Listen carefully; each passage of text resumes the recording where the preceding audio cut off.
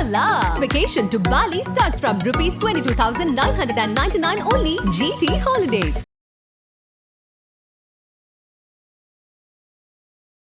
முப்பது பேர் செத்து போறாங்கன்னா it's not an easy joke Shankar. மத்திய அரசாங்கத்தின் மீது பழி போடும் மு.க. ஸ்டாலின் 30 உயிர் போயிருக்க என்னங்க பண்ணிருக்காரு அவரு? டாஸ்மாக் கடையிலே முடிச்சிடலாம்னு நினைச்சிருக்காங்களா இல்ல போதைப் பொருளே முடிச்சிடலாம்னு நினைக்கிறாங்களா? திராவிட மாடல் இதுதானா என்று ஆளுநர் ஆர்.என். ரவி கேட்டிருக்கிறார் அந்த கடிதத்தில். ஆர்.என். ரவியுடைய வெளிவந்தால் மு.க. ஸ்டாலின் ராஜினாமா செய்யக்கூடிய அளவிற்கு கூட அந்த அறிக்கை இருக்கும். பிரியங்கா காந்தி இந்த முறை கேரளால போட்டியிடறதுக்கான ஒரு காரணம் என்னவா இருக்கு? அரசியல் நான் சவுத்துல இருக்கேன், நீ நார்த்ல இருக்க, பாத்துக்கோ, நரேந்திர மோடி ஒழிச்சிடலாம், 29 பதவிக்கு வரலாம், ஊழல் பண்ணலாம், அவ்வளவுதான். வேற அது அவங்க கணவரும் போட்டி போறாராம் மொராதாபாத்ல இருந்து. அது ஒரு கைத்தட்ட வேண்டியிருக்குது. ஆக மொத்தம் அம்மா, தம்பி, அண்ணா, மாப்பிள்ளை, பொண்ணு, குட்டி பாப்பா எல்லாரும் வந்துடுவாங்க பார்லிமெண்ட்டுக்கு.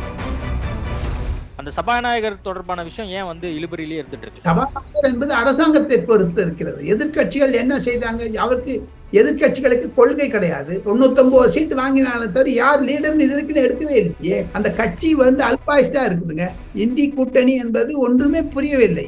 யார் தலைவர், யார் பொருளாளர், யார் செயலாளர் என்றெல்லாம் தெரியவில்லை. ஆனாலும் தாங்கள் எப்பொழுது இந்த ஸ்பீக்கரை பற்றி கேட்கிறீர்களோ என் மனதில் பட்டது எதிர்கட்சி தலைவர் யார்? அதிமுகக்குள்ள ஒரு பிரச்சனை நடந்துகிட்டே இருக்கு. மோடி எதுவும் தலையிட்டு, பாஜக மேலிடம் தலையிட்டு இந்த பிரச்சனையை திரும்ப சார்ட் அவுட் பண்றதுக்கான எதுவும் சூழல் இருக்கா? அமித்ஷா அவர்கள் 2017 அம்மையார் ஜெயலலிதா மரணம் அடைந்த பிறகு ஓ பன்னீர்செல்வம், எடப்பாடி பழனிசாமி, சசிகலா, டிடிவி தினகரன் அமர்ந்து பேச வேண்டும் என்று தான் சொல்லுகிறார். திமுக வெற்றி பெற்று விட்டது. அதிமுக படுதோல்வி அடைந்து விட்டது. அதிமுக 4 துண்டாக போன பிறகு இப்பொழுது எடப்பாடி கட்சியிலிருந்து தங்கமணி, அன்புமணி போன்றவர்கள் எல்லாம் கூட பாஜகவுடன் தொடர்பு வைத்திருக்கிறார்கள். ஐபிசி தமிழ் நேயர்களுக்கு வணக்கம். இன்றைய நேர்காணலில் நம்மோடு இணைந்திருப்பவர் மூத்த பத்திரிகையாளர், டெல்லியிலிருந்து இணைகிறார், டெல்லி ராஜகோபாலன் அவர்கள். வணக்கம். நமஸ்காரம். நமஸ்காரம். ரொம்ப மகிழ்ச்சி மீண்டும் உங்களை சந்திப்பதில். நன்றி. நானும் ஐபிசி நேயர்களை சந்திப்பதிலும் சங்கருடைய நேயர்களை சந்திப்பதிலும் மற்றற்ற மகிழ்ச்சி அடைகிறேன். தாட்சியாயினி என்பவரோட அடிக்கடி தொலைபேசி மூலம் தொடர்பு கொண்டிருப்பதாலும் அந்த அம்மையாருடைய நலனுக்கார்த்தியும் நான் தங்களுடைய நேயர்களிடம் ஒரு மன்னிப்பு கேட்க விரும்புகிறேன். காரணம், இடைவெளியில் எனக்கு உடல்நிலை சரியாக இல்லை, அதனால தான் வர முடியாது போயிடுச்சு. எனினும் ஐ am with you. Today we are going to break 2 or 3 important stories. Definitely sir, நம்ம ஸ்டார்ட் பண்ணிடுவோம். அதாவது தமிழ்நாட்டிலேருந்து ஆரம்பிச்சிருவோம், அதுக்கப்புறம் நம்ம டெல்லி போவோம். முதலாவதாக தமிழ்நாட்டில் இந்த கள்ளச்சாராயம் பருகி கிட்டத்தட்ட ஒரு 30க்கும் மேற்பட்டோர் ரொம்ப சீரியஸான கண்டிஷன்ல இருந்து கடைசியாக இறந்திருக்காங்க. இன்னும் கிட்டத்தட்ட ஒரு 70 பேர் இதனால பாதிக்கப்பட்டிருக்காங்க அப்படிங்கிற செய்திகளை பார்க்குறோம். ஒரு புறம் இது ஒரு துயரமான செய்தி. அமைச்சர் பெருமக்கள் 2 பேர், ஏவா வேலுமணியும் அதே மாதிரி மா சுப்பிரமணியன் அவர்கள்லாம் அங்கே போயிருக்காங்க. இருந்தாலும் அரசாங்கம் போதிய ஒரு நடவடிக்கை போதலை அப்படிங்கிற ஒரு விஷயமும் மக்கள் மத்தியில் பேசப்பட்டுட்டு இருக்கு. நீங்க எப்படி பார்க்குறீங்க? கள்ளச்சாராயம், கள்ளக்குறிச்சி என்று இரண்டையும் ஒப்பிட்டு பார்த்தால் ஆளுநர் ஆர்.என். ரவி அவர்கள் 3 பக்க அறிக்கையை மத்திய அரசாங்கத்திற்கு அனுப்பி இருக்கிறார் இன்று காலை. இமெயில் மூலமாக மத்திய உள்துறை அமைச்சகத்திற்கு அது கிடைத்து விட்டது இன்று காலை. ஆக மொத்தம் கவர்னரே இது பற்றி சீரியஸாக 30 பேர் செத்து போறாங்கன்னா it's not an easy joke Shankar. மத்திய அரசாங்கத்தின் மீது பழி போடும் மு.க. ஸ்டாலின், நரேந்திர மோடியை பிரதமராக துல்லியமாக நடக்கக்கூடிய நரேந்திர மோடியை ஏகவச்சனத்தில் பேசிய மு.க. ஸ்டாலின் 30 உயிர் போயிருக்க என்னங்க பண்ணிருக்காரு அவரு? என்னங்க பண்றாங்க தமிழ்நாட்டுல திமுக அரசாங்கம்? டாஸ்மாக் கடையிலே முடிச்சிடலாம்னு நினைச்சிருக்காங்களா இல்ல போதைப் பொருளே முடிச்சிடலாம்னு நினைக்கிறாங்களா? திராவிட மாடல் இதுதானா என்று ஆளுநர் ஆர்.என். ரவி கேட்டிருக்கிறார் அந்த கடிதத்தில். ஆர்.என். ரவியுடைய வெளிவந்தால் மு.க. ஸ்டாலின் ராஜினாமா செய்யக்கூடிய அளவிற்கு கூட அந்த அறிக்கை இருக்கும். அவ்வளவு முக்கியத்துவம் வாய்ந்த அறிக்கை என்று சொல்லி, அதற்கு மேலாக நான் அந்த கடிதம் கொடுத்த பிறகு அடுத்த வீடியோவில் விஸ்தாரமாக சொல்லுவேன். அதான் இப்போ ஆளுநர் இந்த விஷயத்துல தலையிடுறதுக்கான காரணம் என்னவா இருக்கு? இல்ல, ஒரு புறம் முதல்வர் அவர்கள் அறிக்கை கொடுத்திருக்காரு, யாரா இருந்தாலும் தக்க நடவடிக்கை எடுக்கப்படும், அவங்கள நாங்க பணியிடை மாற்றம் வரைக்கும் பண்ணிருக்கோம், கலெக்டரை மாத்திருக்கோம், எஸ்பியை மாத்திருக்கோம் அப்படிங்கறதெல்லாம் சொல்லியிருக்காரு. 30 பேர் செத்து போனது இனிமேல் எப்படி அதெல்லாம் நிறுத்த போறாங்க? அது அரசியல் நோக்கம் வாய்ந்தது. இன்று சட்டசபை கூடுகிறது. சட்டசபையில் பதில் சொல்றதுக்கு எல்லாருமே திராணி இருக்கான்னு கேட்கிறாங்களே திராவிட முன்னேற்ற கழகத்திற்காக. அவங்க என்ன திராணி பண்ணாங்க? 30 வயது சாதாரண இல்லைங்க. என்ன நினைச்சிட்டு இருக்காங்க சார் அவங்க எல்லாம்? இந்த செல்வ பெருந்தகை அதை மொத்தம் திமுக காங்கிரஸில் பிறகு செல்வ பெருந்தகை இன்னைக்கு கண்டம் பண்ணியிருக்காரு. ஆளுநர் தான் விட்டுருக்கீங்க. ஆளுநருக்கு மரியாதை காரணமாக கடிதம் எழுதுவதுதான் ஆளுநர் வேலை. தமிழ்நாட்டில் நடப்பது ஒரு உயிர் போனா கூட தமிழ்நாட்டில் அவருக்கு he is responsible for that, not the government, you know. பொறுப்புள்ள முதலமைச்சருக்கு அந்த பொறுப்பு இன்னும் கூடுதலாவே இருக்கு. அதை தாண்டி ஆளுநர் அவர்கள் எதிரா சாக்குன்னு காத்துட்டு இருந்தாரா? இவ்வளவு நாள் அமைதியா இருந்ததுக்கு காரணம் வந்து எதிரா சாக்குன்னு காத்துட்டு இருந்தாரா? அப்ப உங்களுக்கு தெரியறதுனால சொல்றீங்க. அவர் என்னென்ன பண்ணிருக்கா உங்களுக்கு தெரியுமா? முழுக்கம் சங்கர் அவர் என்னென்ன பண்ணிருக்கா? ஒரு மாநிலத்தில் 30 பேர் சேர்த்து மரணம் அடைகிறார்கள் என்றால் அது ஆளுநருடைய பொறுப்பு மத்திய அரசாங்கத்திற்கு சொல்லுவது. மு.க. ஸ்டாலின் சொல்லிட்டு வர, பிரைம் மினிஸ்டர் லெட்டர் எழுதிட்டு வர. அவரு எதுக்கெடுத்தாலும் மத்திய அரசாங்கங்கிற இப்ப என்ன மாநில சுயாட்சி, மக்களின் கூட்டாட்சி அதிகாரத்தை எல்லா அதிகாரம் கொடுத்தாச்சு. எப்படி 30 உயிர் போச்சுங்க? அதை பத்தி யாருங்க? அதைத்தான் எடப்பாடி பழனிசாமி, அண்ணாமலையும், சீமானும், செல்வ பெருந்தகெல்லாம் கேட்கிறாங்க. கம்யூனிஸ்ட் கட்சி கூட கேட்குது. அந்த அவங்க திமுகவில் இருக்கக்கூடிய கூட்டு கட்சிக்காரங்க கூட தனியா போயிட்டாங்க. ஓகே, நம்ம பொறுத்திருந்து பார்க்கலாம் இந்த விவகாரம் எப்படி வந்து அடுத்த கட்டத்துக்கு நகரப்போகுது. உள்துறைக்கு வந்து கடிதம்லாம் எழுதியிருக்கிறார் அப்படிங்கிற விஷயம்லாம் நீங்க பகிர்ந்திருக்கீங்க. சட்டசபை இன்னைக்கு வந்து கூடுது. கிட்டத்தட்ட 29ஆம் தேதி வரைக்கும் இந்த சட்டசபையானது நடைபெற இருக்கு. பல்வேறு கோரிக்கைகள் சட்டசபையை கூட்ட வேண்டும் என்று. ஏன்னா 5 நாளைக்கு கூப்பிடுறாங்க. எதுக்கா அப்படின்னு? அப்பா அவர்களுக்கு என்ன ஒரு இது இல்லையா? அப்பா அவர்கள் சபாநாயகராக இருக்கிறாரே, அவருக்கு ஏன் 100 நாள் கூட்டுவது வருடத்தில் என்று ஒரு நீதி இருக்கிறதே. அதைத்தானே கம்யூனிஸ்ட் கட்சி, மார்க்சிஸ்டும் கம்யூனிஸ்ட் கட்சியும் கேட்கிறார்கள், சட்டசபை நீடித்து இருக்க வேண்டும் என்று. இல்ல சார், இப்போ நாடாளுமன்ற தேர்தல் நடந்தது. அதனால வந்து அப்போதைய அந்த மானிய கோரிக்கைகள் எல்லாம் பேசப்படல. இப்போ வந்து விக்கிரவாண்டி தேர்தல்லாம் நடைபெறுது. அதனால 24ஆம் தேதி நடைபெற இருந்ததை இன்னைக்குல இருந்து ஸ்டார்ட் பண்ணி 29ஆம் தேதி வரைக்கும் நாங்க நடத்துறோம். காலையும் மாலையும் நடத்தி என்னென்ன எதிர்கட்சிகளுடைய கோரிக்கைகள் இருக்கோ, மக்கள் பிரச்சனை என்ன இருக்கோ அதை வந்து நிறைவேற்றற்கான பணிகள்ல வந்து அமைச்சர் பெருமக்கள் இருக்க போறாங்க, பதில் கொடுக்க போறாங்க. தமிழகத்தினுடைய பிரச்சனைகளை எல்லாம் பேசுவதற்கு 10 நாள் மேல வச்சுக்கலாம் இல்ல? ஜூலைக்கு அப்புறம் விக்கிரவாண்டி செஷனை இப்ப கட் பண்ணிட்டு அப்புறம் வச்சு, அதுதான் கம்யூனிஸ்ட் கட்சியினுடைய கோரிக்கை. இல்ல, அவசரமா நடப்பதற்கான காரணம் என்னவா இருக்குன்னு நீங்க நினைக்கிறீங்க? காரணம் இருக்கிறது அரசியல் தானே, வேற என்னக்கு? ஏங்க ஒரு 30 நாள் நடத்தக்கூடிய 15 நாள் நடத்துறாங்க. அதெல்லாம் அப்பாவுக்கு தெரிஞ்சுதான் பண்றாரு. ஏதோ எதிர்கட்சிகள்லாம் ஒற்றுமை ஆகிவிடுமோ என்ற அச்சம் ஆளுங்கட்சிக்கு இருக்கிறது. எடப்பாடி பழனிசாமியுடைய எதிர்கட்சி தலைவர் என்பவர் அவரை கேள்வி கேட்பாரு, அவர் உட்கார வச்சிருவாங்க. அப்பா அவர்கள் ஜனநாயகத்தை காப்போம் என்கிறார்கள். தமிழக சட்டசபையில் ஜனநாயகத்தை காப்பாற்றினார்களா திராவிட முன்னேற்ற கழகத்தில் என்ற கேள்வியும் எடப்பாடி பழனிசாமி வைப்பார் அல்லவா? வெளியே அண்ணாமலை வைக்கிறார், 4 எம்எல்ஏக்களை கொண்ட பாஜக வைக்கிறது, நயினார் நாகேந்திரன் வைப்பார், அதே மாதிரி கம்யூனிஸ்ட் கட்சி வைப்பார், செல்வ பெருந்தகை வைப்பார்.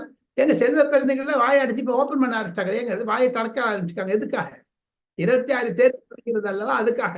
ஓகே, இன்னொரு விஷயம், இப்போ இந்த செல்வ பெருந்தகை பத்தி நீங்க அடிக்கடி சொன்னனால எனக்கு காங்கிரஸ் கட்சி மீது ஒரு கேள்வி ஒண்ணு வந்திருக்கு. இப்போ வயநாட்டுல வந்து பிரியங்கா காந்தி அவர்கள் போட்டியிட போறாங்க. ராகுல் காந்தி ராஜினாமா பண்ணிட்டு அவரு ரேபரேலி தொகுதியில தொடர போறார் எம்பியாக. எப்படி பாக்குறீங்க? அதுக்கு திமுக பிரச்சாரம் பண்ண போவாங்களா? இண்டி கூட்டணி வேட்பாளராகத்தானே பிரியங்கா காந்தி நிற்கிறார். ராகுல் காந்திக்கு போகாத மு.க. ஸ்டாலின், திராவிட முன்னேற்ற கழகம் பின்னாரை விஜயனை எதிர்த்துக் கொள்ளக்கூடாது என்று அரசியல் செய்த திராவிட முன்னேற்ற கழகம் பிரியங்கா காந்திக்கு ஆதரவாக பிரச்சாரம் செய்ய போவாரா மு.க. ஸ்டாலின் என்பதுதான் பலருடைய கேள்வி. அதற்கு மு.க. ஸ்டாலின், திமுக பதில் சொல்லி ஆக வேண்டும். அதான் மீண்டும் வந்து பிரியங்கா காந்தி இந்த முறை கேரளால போட்டியிடறதுக்கான ஒரு காரணம் என்னவா இருக்கு? அரசியல். நான் சவுத்துல இருக்கேன், நீ நார்த்ல இருக்க, பாத்துக்கோ. நரேந்திர மோடி ஒழிச்சிடலாம், 29ல பதவிக்கு வரலாம், ஊழல் பண்ணலாம், அவ்வளவுதான். வேற என்ன? அது அவரோட ஒரு எக்ஸ்ட்ரா லக்கேஜ் ஒண்ணு இருக்குது பிரியங்கா காந்தியோட. அவங்க கணவரும் போட்டிட்டு போறாராம் மொராதாபாத்ல இருந்து. அது ஒரு கை தட்ட வேண்டியது இருக்குது. ஆக மொத்தம் அம்மா, தம்பி, அண்ணா, மாப்பிள்ளை, பொண்ணு, குட்டி பாப்பா எல்லாரும் வந்துடுவாங்க பார்லிமெண்ட் உள்ள. நாட்டுக்காக அந்த குடும்பமே உழைக்குது சார். என்ன சார் இப்படி சொல்றீங்க? இவர் சொல்லிட்டாரு, ராபர்ட் வாட்ரா சொல்லிட்டாரு, பிரியங்கா முன்னாடி போட்டு நான் பின்னாடி வருவேன். எங்க இருந்து வருவாரு தெரியல. எங்க ஒண்ணு கேட்கிறேன், ராகுல் காந்தியும் பிரியங்கா காந்தியும் அடிக்கடி முத்தம் கொடுத்து கொள்வது, கட்டி கொள்வது, தோல் மேல் கட்டி போட்டு அரசியலுக்காக போட்டோ ஒரு ரொமான்ஸ் சீன் தான் காமிச்சிட்டு இருக்காங்க. இதுவரையில் ஏன் ராபர்ட் வாட்ராவுடன் கட்டிக்கொண்டு பிரியங்கா காந்தி போட்டோ வரவில்லை என்று சில எதிர்கட்சிக்காரர்கள் கேட்கிறார்கள். அதற்கு என்ன பதில் சொல்ல போகிறார்கள் காந்தி குடும்பத்தினர்? இல்ல அது ரொம்ப பர்சனலா போகும்னு நினைக்கிறேன். இப்போ அக்காவும் தம்பியும் வந்து பொதுவெளிகள்ல அவங்களுடைய அன்பை பரிமாறிக்கொள்றாங்க. அவ்வளவுதானே. இதுல என்ன இருக்கு? இதுல ரொமான்ஸ் எல்லாம் எங்க வருது?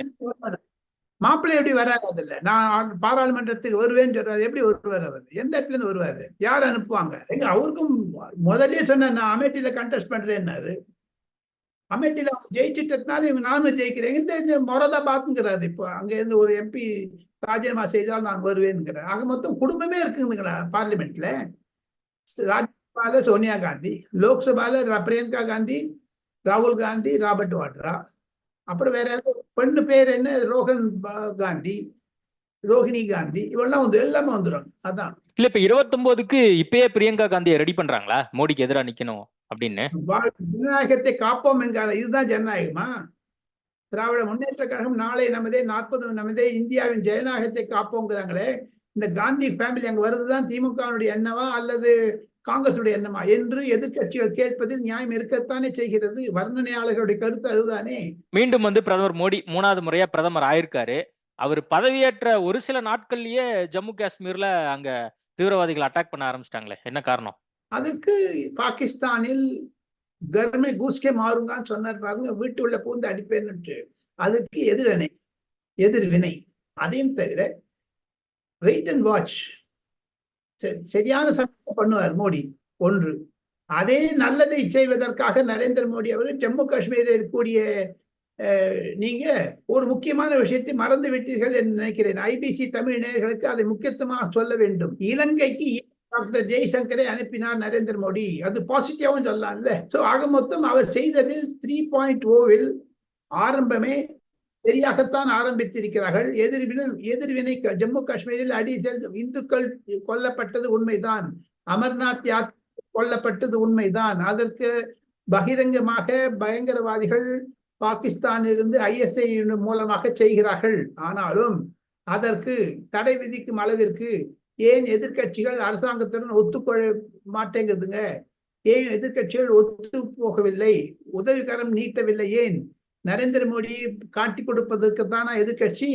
இந்தியா ஆபத்து என்றால் எதிர்கட்சியும் ஆளுங்கட்சியும் ஒன்றாக கூடாதா என்று கூட கேட்கிறார்கள் அல்லவா? எதிர்கட்சி என்ன சூடு பறக்க விடுறாங்களாத்த? அதுக்கு சப்போர்ட் கொடுக்க கூடாதா எதிர்கட்சிகள்? இந்தியர்கள் தானே செய்ய போறாங்க. ஒருவேளை இந்த அரசாங்கம் மைனாரிட்டி கவர்மெண்டா இருக்கிறனாலயோ? அதுக்கு காமிச்சிடாரு. மைனாரிட்டி கவர்மெண்ட் மெஜாரிட்டி காமிப்பார், பார்த்துட்டே இருங்க. அந்த நம்பிக்கை நிறைய பேருக்கு வட இந்தியாவில் இருக்கு. அந்த தீவிரவாதிகளுக்கு அந்த ஒரு நோக்கம் இருக்குமோ? நம்ம வந்து முன்ன இருந்த மெஜாரிட்டி கிடையாது, நம்ம வந்து ஈஸியா இப்ப இருக்கக்கூடிய இந்தியன் கவர்மெண்ட்டை நம்ம வந்து சாட்சி பார்க்கலாம் அப்படிங்கறதுக்காக இந்த மாதிரி ஒரு அட்டாக்கை வந்து கொடுத்து பாக்குறாங்க. நம்ம இந்தியா விரோதிகளுக்கு எதிர்கட்சி உதவி செய்தப்போ காங்கிரஸ் கட்சி பாகிஸ்தானுடன் சேர்ந்து கொண்டு நரேந்திர மோடி மீது தாக்குதல் செய்வதற்காக காங்கிரஸ் தூண்டி விடுகிறதா என்ற கேள்வி கூட மனதில் எழுகிறது அல்லவா? சோ ஆக மொத்தம் பாகிஸ்தானை விட்டுருங்க, ஸ்ரீலங்காவில் நடக்கக்கூடிய பொது தேர்தல் 2024 அக்டோபரில் ஸ்ரீலங்காவில் ரணில் விக்ரமசிங்கே மீண்டும் போட்டியிட்டால் ராஜபக்சே நிலைமை என்ன ஆகும்? இந்தியா கச்சத்தீவை பற்றி மீட்டெடுக்குமா இருக்காதா என்று போன்ற கேள்விகளை எல்லாம் கேட்பதற்காகத்தான் ரகசியமாக செல்லாமல் வெளிப்படையாக செல்கிறார். எந்த அரசாங்கம் பதவியேற்றாலும் சரி, முதல் முறையாக PV நரசிம்மராவ் பதவியேற்ற போது கூட தன்னுடைய செயலாளர் அமர்நாத் வருவா அனுப்பி வைத்தார். அதே மாதிரி ராஜீவ்காந்தி பதவியேற்ற பிறகு அனுப்பிச்சாங்க. ஸ்ரீலங்காவை கையில வச்சுக்கணும், மால்தீவ்ஸை கையில வச்சுக்கணும், மொரீஷியஸை கையில வச்சுக்கணும். காரணம் என்ன என்று கேட்டால் சைனாவினுடைய ஆக்கிரமிப்பு அங்கு பல ஆண்டுகளாக இருக்கிறது, இன்று அல்ல நேற்று அல்ல. இப்போ பாருங்கள், பங்களாதேஷனுடைய பிரைம் மினிஸ்டர் எதுக்காக கூப்பிட்டாரு நரேந்திர மோடி? தன்னுடைய பதவியேற்பு ரணில் விக்ரமசிங்கே கூப்பிட்டார். அதற்காக ஒரு பற்பல கட்டமைப்புகள் இருக்கத்தான் செய்கிறது. சோ ஆக மொத்தம் நான் பாகிஸ்தான் ஆக்குபைடு காஷ்மீரை எப்படி மீட்டெடுப்பது என்று கூட நரேந்திர மோடி மனதில் திட்டம் இருக்கிறது. அது பாரதிய ஜனதா கட்சியினுடைய தேர்தல் அறிக்கையில் இருப்பதனால் பயங்கரவாதிகள் இப்படி தாக்குதல் நடத்தினாலும் இந்தியா கண்டிப்பாக POK பாகிஸ்தான் ஆக்குபை காஷ்மீரை மீட்டு எடுக்கும், கச்சத்தீவை மீட்டெடுக்கும். இந்த 2 சாதனைகளையும் நரேந்திர மோடி செய்தால் எதிர்கட்சிகள் இந்தியாவில் காணாமல் போகிவிடும். காரணம், தமிழகத்தில் கச்சத்தீவு என்பது மிக மிக முக்கியமான பிரச்சனை. சோ அதுக்கப்ப இருக்காது. அதான் இப்போ நீங்க ஜெய்சங்கர் வந்து ஸ்ரீலங்கா போயிருக்காருன்னு சொல்றீங்க. அதுக்கான முக்கியத்துவம் என்னவா இருக்கு? இப்போ வந்து மீண்டும் இப்பதான் அந்த ஆட்சி தொடருது அப்படிங்கிற பட்சத்துல, அங்க தேர்தல் நடைபெறும் அப்படிங்கிறதுக்காக அந்த ஒரு புரிந்துணர்வு ஒப்பந்தமா? 2 அரசாங்கம் நல்லா தான் இருக்க போகுது. நம்ம அடுத்த விஷன் வந்து சேர்ந்து பயணிக்கலாம் அப்படிங்கிறதுக்கான ஒரு 75,000 கோடி நீங்க போன வருஷம் தான் கொடுத்தீங்க. 75,000 crore கொடுத்தீங்க. இந்தியா இலங்கையினுடைய பொருளாதார சிக்கலிலிருந்து மீட்பதற்காக 75,000 கோடி ரூபாய் இந்தியா கடனாக கொடுத்தது, மானியமாக கொடுத்தது எல்லாம். அப்பேற்பட்ட ஒரி கொடுத்து இந்தியா 15 லட்சம் பேருக்கு குக்கர் அனுப்பிச்சாங்க. அது தமிழ்நாட்டில் இருக்கக்கூடிய தமிழ் தொப்புள் கொடி உறவு இருக்கக்கூடிய யாழ்ப்பாணத்திற்கு போய் சேரவில்லை. சிங்கள பிந்துக்களும் சிங்கள மாங்குகளும் தான் அது குக்கரை எடுத்துக்கொண்ட போனார்கள் என்ற ஒரு குற்றச்சாட்டு கூட இருக்கிறது. அதைத்தான் ரணில் விக்ரமசிங்கயிடம் அழுத்து சொல்லுவதற்காகத்தான் டாக்டர் ஜெய்சங்கர் அங்கு சென்றிருக்கிறார். அங்கு இருக்கக்கூடிய சில ரீஹாபிலிட்டேஷன் ஒர்க்கை எல்லாம் பார்ப்பதற்கும் ஆர்டிகல் 13 அதாவது டெவல்யூஷன் ஆஃப் பவர்ஸ் அதை பற்றி பேசுவதற்கும் தான். இது ஸ்டாண்டர்ட் ஆபரேட்டிங் ப்ரொசீஜர் இருக்கத்தான் இருக்குது. எப்பவுமே இதுதான் பேசுவாங்கன்னு என்று இருக்கும். ஸோ அங்க இருக்கக்கூடிய அழுத்தத்தை பார்ப்பதற்காக, பல்ஸ் நாடி துடிப்பை பார்ப்பதற்காகத்தான் அவர் சென்றிருக்கிறார் என்றுதான் என்னுடைய கருத்து. சைனாவினுடைய வாளை அங்கு ஒட்ட நெருக்கி விடுவார்கள் இலங்கையில். இலங்கைக்கு சைனா பணம் கொடுத்துட்டு ஏமாத்திட்டே இருந்தாங்க. மார்வாடி மாதிரி கொடுத்துட்டே இருப்பாங்க. அவங்க பணம் கடாடால் ஒரு நாள் இழுத்து விட்டுருவாங்க. ஆனால் இந்தியா சட்ட பகமாலாம் இருந்தது. நரேந்திர மோடியின் உதவியுடன் தான் இலங்கை தன்னுடைய பொருளாதார சிக்கலிலிருந்து பிழைத்தது. அதற்கு இந்தியாவிற்கு ரணில் விக்ரமசிங்கே நன்றி கடன் செலுத்த வேண்டும். அதை வற்புறுத்துவதற்காகத்தான் டாக்டர் ஜெய்சங்கருடைய விஜயம். ஓகே சார், ரொம்ப முக்கியமான விஷயம் குறித்து சொல்லியிருக்கீங்க. அதே மாதிரி இப்போ இந்தியாவில் இந்த சபாநாயகர் அடுத்து யார் அப்படிங்கிறது தொடர்பாக தொடர்ந்து ஒரு பேச்சுவார்த்தை நடந்துட்டே இருக்கு. ஒரு இழுபறியான ஒரு சூழல் இருப்பதாகவே பார்க்கப்படுகிறது. அது வந்து கூட்டணி கட்சியாக இருக்கக்கூடிய தெலுங்கு தேசம் சார்ந்திருக்கக்கூடியவங்களுக்கோ நிதிஷ்குமார் கட்சிக்கோ கொடுப்பதற்கான வாய்ப்புகள் எதுவும் இருக்கா? அந்த சபாநாயகர் தொடர்பான விஷயம் ஏன் வந்து இழுபறியிலே இருந்துட்டு இருக்கு? எதிர்கட்சி முடிச்சுட்டாங்களா? எதிர்கட்சி தலைவர் யாரு சொல்லிட்டாங்களா? ராகுல் காந்தியா, பிரியங்கா காந்தியா? சபாநாயகர் என்பது அரசாங்கத்தை பொறுத்து இருக்கிறது. எதிர்கட்சிகள் என்ன செய்தாங்க? அவருக்கு எதிர்கட்சிகளுக்கு கொள்கை கிடையாது. 99 சீட் வாங்கினாலும் தவிர யார் லீடர்னு இது வரைக்கும் எடுக்கவே இல்லையே. அந்த கட்சி வந்து அல்பாயுஸ்டா இருக்குதுங்க. இந்தி கூட்டணி என்பது ஒன்றுமே புரியவில்லை. யார் தலைவர், யார் பொருளாளர், யார் செயலாளர் என்றெல்லாம் தெரியவில்லை. ஆனாலும் தாங்கள் எப்பொழுது இந்த ஸ்பீக்கரை பற்றி கேட்கிறீர்களோ என் மனதில் பட்டது, எதிர்கட்சி தலைவர் யார் அதை நான் சரி பண்ணவா? முதல்ல சபாநாயகர் என்பது அரசாங்கத்தினுடைய பொறுப்பு. அவர்களுக்கு பாஜகவிற்குத்தான் கொடுப்பார்கள். 240 சீட் வச்சுட்டு என்ன சபாநாயகர் என்பது மத்தியில் அமர்ந்து கொண்டு 2 தரப்பினருக்கும் சமாதானம் செய்வதற்காகத்தான் சபாநாயகர் பெயர். அவர் வந்து காங்கிரஸுக்கே அலோக் பண்ணிட்டு தானே ரூலிங் பார்ட்டி பேலன்ஸ் பண்ண. அவர் 50-50 அப்படிதான் பண்ணாதான் சபாநாயகர். ஆளுங்கட்சிக்கு அதிகமாக பக்க பலம் கொடுக்கற, எதிர்கட்சியுடைய வாய்ஸை பண்ணும். ஆனா என்னுடைய 40 ஆண்டுகால பார்லிமெண்ட்டுடைய ரிப்போர்ட்டிங்கை பார்த்த அப்புறம் கணேஷ் சங்கர், அது பார்லிமெண்ட் நடக்கவே நடக்காதுங்க. ஒரு நாள் கூட நடக்காதுங்க. எப்படி தமிழக சட்டமன்றத்தில் இன்று கூச்சல் குழப்பம் இருக்கிறதோ அதே மாதிரி அங்கேயும் கூச்சல் குழப்பம் இருந்து ஒரு நாள் கூட நடக்காதுங்க. 40 பேர் கலடா பண்ணாங்க. இப்போ 80 பேர் 90 பேர் வச்சுட்டு ஒன்னும் கலடா பண்ணுவாங்க. அதையும் தவிர தமிழ்நாட்டிலிருந்து தேர்ந்தெடுக்கப்பட்ட 40 எம்பிக்களுடைய ஈடுபாடு என்னவாக இருக்கும்? கான்ட்ரிபியூஷன் என்ன இருக்கும்? தமிழகத்தில் இருக்கக்கூடிய தொழில் வளர்ச்சி, தமிழகத்தில் இருக்கக்கூடிய பொருளாதார வளர்ச்சி, தமிழகத்தில் இருக்கக்கூடிய பாதுகாப்பை பற்றி எல்லாம் பேச வேண்டாமா அவர்கள்? இலங்கையினுடைய அம்மன் தோட்டா துறைமுகத்தில் சைனா கப்பல் வந்தது, உளவு பார்த்தது. அதை பற்றி ஏன் ஒரு திராவிட முன்னேற்ற கழக எம்பி கூட நாடாளுமன்றத்தில் எதிர்கொள்களை வைக்கவை தவிர, அதையும் தமிழகத்தில் அகில உலக விமானங்கள் ஏன் மீனம்பாக்கம் ஏர்போர்ட் வருவது கிடையாது? அதை பற்றி ஒரு ஆய்வு கட்டுரை எழுதியிருக்கிறார்கள் சில பத்திரிகைகள் நான் படித்தேன்.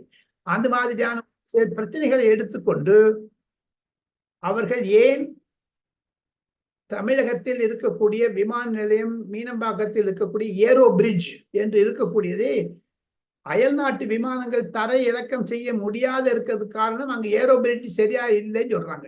எல்லா இன்டர்நேஷனல் ஏர், இப்போ சிட்னிலிருந்து, அமெரிக்காவிலிருந்து, சிகாகோவிலிருந்து, பாரிஸிலிருந்து ஏன் தமிழகத்திற்கு விமானங்கள் இறங்கவில்லை? ஏன் அண்டை மாநிலமான பெங்களூருக்கு போகிறது, பாம்பேக்கு போகிறது? தமிழகத்தில் இருந்தாலும் பாம்பேலேருந்து இங்க இந்தியன் ஏர்லைன்ஸ் பிடிச்சுதான் இங்க வர வேண்டியதா இருக்குது. ஆக மொத்தம் எம்பிக்கள் 40 எம்பிக்கள் 8 கோடி தமிழர்களுக்கு செய்த பச்சை துரோகம் என்ன என்று கேட்டால், தொழில் வளர்ச்சி, சமுதாய வளர்ச்சியை அவர்கள் விரும்பவில்லை கடந்த 10 ஆண்டுகளாக. அட்லீஸ்ட் அதைத்தான் மு.க.ஸ்டாலின் எம்பிக்களிடம் சொல்லி இருக்கிறார், தமிழக பிரச்சனைகளை எழுப்புங்கள் என்று. இதுவும் ஒரு பிரச்சனை. ஐபிசி நேயர்கள் மூலமாக திமுக எம்பிக்களுக்கு ஒரு வேண்டுகோள், தயவு செய்து தமிழகத்தில் ஏரோ பிரிட்ஜ் கட்டுவதற்கு 3000 கோடி ரூபாய் தேவை. அதை மத்திய அரசாங்கத்திலிருந்து வலியுறுத்தி பொதுமக்களுக்கு சேவைக்காக செய்ய வேண்டும். அதே மாதிரி நெடுஞ்சாலைகள், கிராமத்திலிருந்து நெடுஞ்சாலை நேஷனல் ஹைவேக்கு போடுவதற்கான 18,000 கோடி தந்திருக்காங்க சென்ட்ரல் கவர்மெண்ட்ல இருந்து. தமிழக அரசாங்கம் செய்தது. உதாரணத்துக்கு சொல்லுகிறேன், கள்ளக்குறிச்சி இன்று சாராய சோகமான நிலைமை நடந்தது.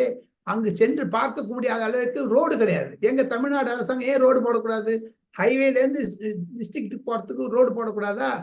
அந்த மாதிரி ரோடெல்லாம் நேஷனல் ஹைவேஸ்ல பணம் தராங்களே.